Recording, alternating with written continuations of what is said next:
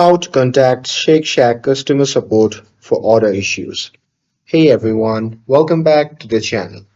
So are you having an issue with your Shack order? Well, here is how to contact customer support online. So now without further ado, let's get started. So first thing first, open any web browser and now here, once you're inside, just click on the search bar and simply search Shake Shack. And now here on the search result, just click on the first link and after that, you'll be prompted to the official website of the Shake Shack.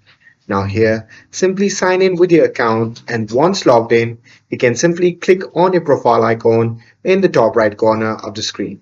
And now from there, you simply have to select Help or Customer Support from the menu to access Support option. And there you can choose to submit a request for order issues, missing items, or delivery problems.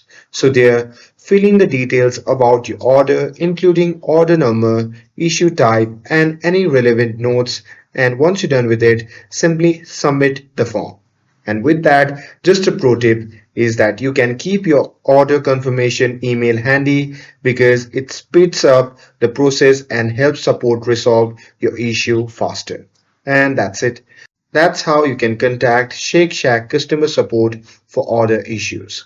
And with this, if you found this video helpful, then don't forget to like, share, and subscribe to get updated for more videos.